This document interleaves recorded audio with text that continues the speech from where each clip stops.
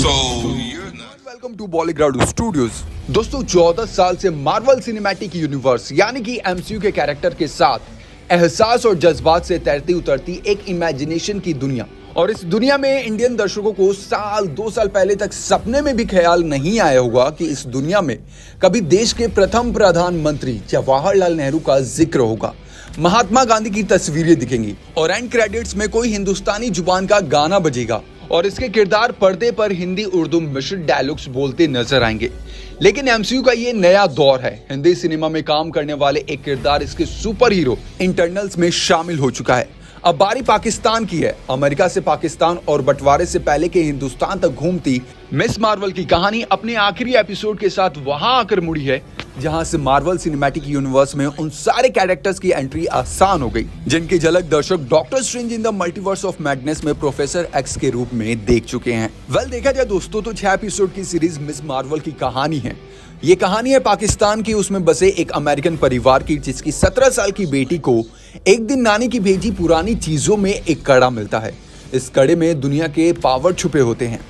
नानी की माँ का दूसरा दुनिया से वास्तव है और समय से सचेत नहीं हुआ गया तो ये दूसरी दुनिया धरती पर कब्जा करने के फेर में कामयाब हो सकती है। इस बच्ची का नाम है कमाला खान। उसके पिता समझाते हैं कि कमाला का मतलब मार्वल, और चूंकि उसका जन्म ही उसके जीवन में किसी कमाल से कम नहीं था तो उसका नाम पड़ा कमाला खान। दुनिया भर के दूसरे टीनेजर्स बच्चों की तरह बागी किस्म की ये बेटी एपिसोड दर एपिसोड घर परिवार समाज के ताने सुनते हुए कैसे अपने असली मकसद को पहचानती है, यही वेब सीरीज मिस मार्वल की कहानी है।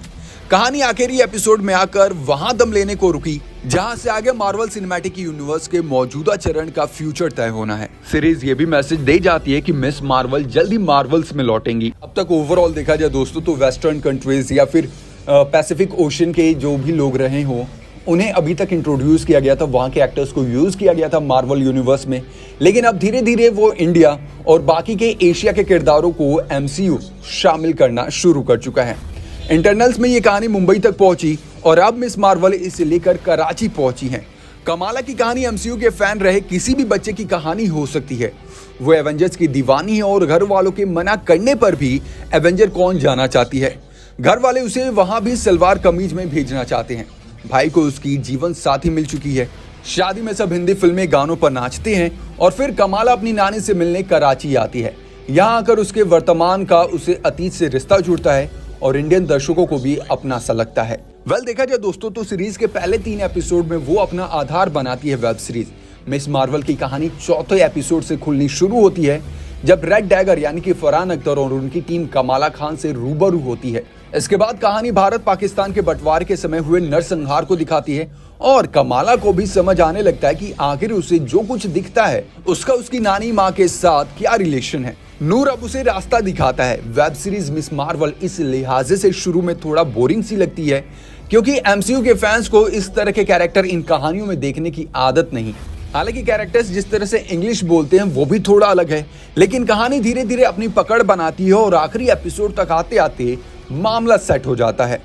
वेब सीरीज मिस मार्वल की स्पेशल इफेक्ट्स किसी शुरुआती वीडियो गेम जैसे जानबूझकर रखे गए। इसकी टाइमलाइन कैप्टन मार्वल के बाद की है। ओवरऑल देखा जाए दोस्तों तो कहानी फिल्म बहुत ही अच्छी है, आप लोगों को जरूर देखनी चाहिए। कह सकते हैं कि ये सीरीज इस वीकेंड पर बिंज वॉच के लिए बिल्कुल सही कहानी है। आपको कैसी लगी ये सीरीज, क्या आप लोगों ने देखी है या नहीं? नीचे कमेंट बॉक्स में अपनी अपनी राय जरूर शेयर करें। Thank you so much. देखते रहें बॉलीग्राउड स्टूडियोज।